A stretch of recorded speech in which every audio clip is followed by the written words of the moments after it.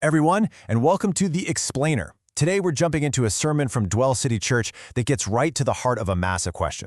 The core argument is that all the chaos we see in the world, well, that's just the tip of the iceberg. The real problem is much, much deeper, and the source material offers a pretty specific diagnosis and a cure.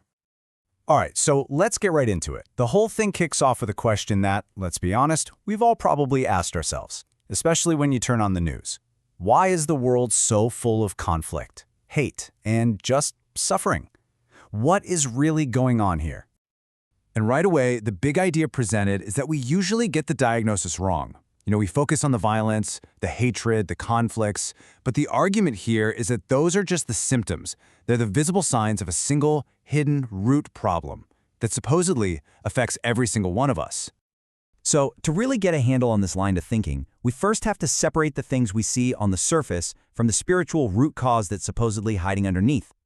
Okay, so this is basically the framework. On one side, you have the tragic stuff that's easy to see, the violence, the suffering. But the argument is that all of it grows out of something else, this hidden, universal, spiritual condition that you can't see with the naked eye. The idea is that we're dealing with a spiritual problem, not just a physical one. So, what is this root problem exactly? Well, the speaker digs into a specific conversation from John chapter 8 in the Bible and pulls out a two-part diagnosis for this universal human condition. The first part of that diagnosis is this idea of being a slave to sin. Now, the text is clear. This isn't about physical change or anything like that. It's a spiritual state, a condition where sin has a kind of power or dominion over a person's life. And the key thing is, it's presented as something that applies to everyone. But here's where it gets really interesting. The sermon points out a major complication. The biggest problem with this spiritual slavery isn't just the condition itself. It's the fact that people don't even know they're in it. There's this fundamental blindness to the problem. And this quote right here is presented as the perfect example of that blindness. When Jesus brings it up, the crowd in the story immediately pushes back. They say, wait a minute, we're descendants of Abraham, we've never been slaves. They're completely focused on their physical history, their family tree. They totally miss that he's talking about a spiritual reality. Okay, so once this universal, invisible problem has been diagnosed, the sermon then lays out the solution that Jesus offers in that very same conversation. It's a path to freedom. And it's presented as a really clear three-part cure. First, you have to abide in the Word. Second, you embrace the Son. And third, you have to be born of God. This is the proposed roadmap to a solution. So let's break down what each of these steps actually means, starting with that first one. So, abiding in the Word is explained as being way more than just, reading a book once. It's an ongoing, active process. It means you're consistently paying attention to the Word, sure. But the really important part is that you're letting it actively change you, how you think, how you feel, and what you do. It's a total transformation of your head, your heart, and your hands.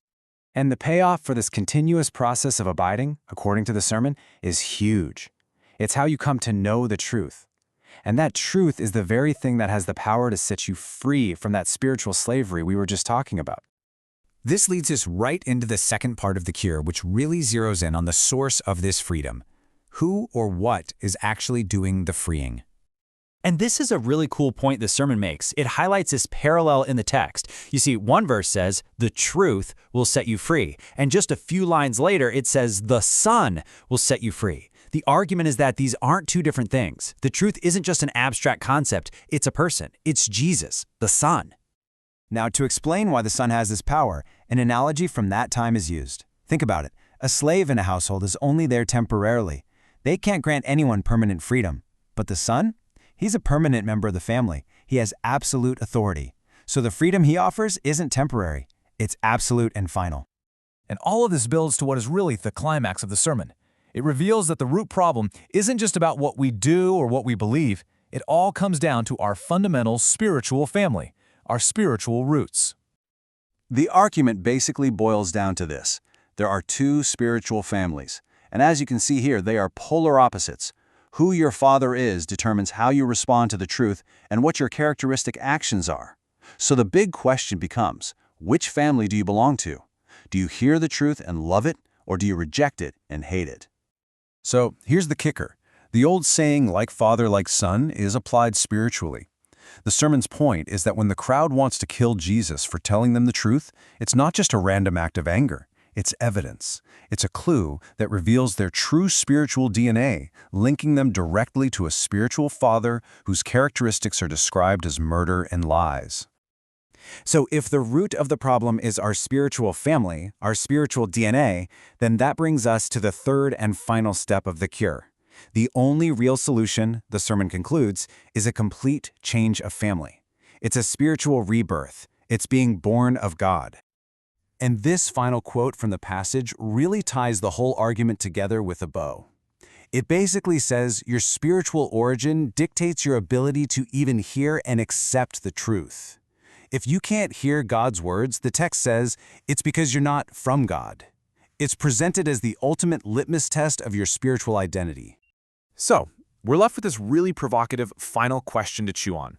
If this interpretation is right, if there's a direct line between our deepest identity and our day-to-day actions, then what do our actions say about our spiritual roots? It kind of reframes everything we do, not just as isolated choices, but as evidence of who we fundamentally are.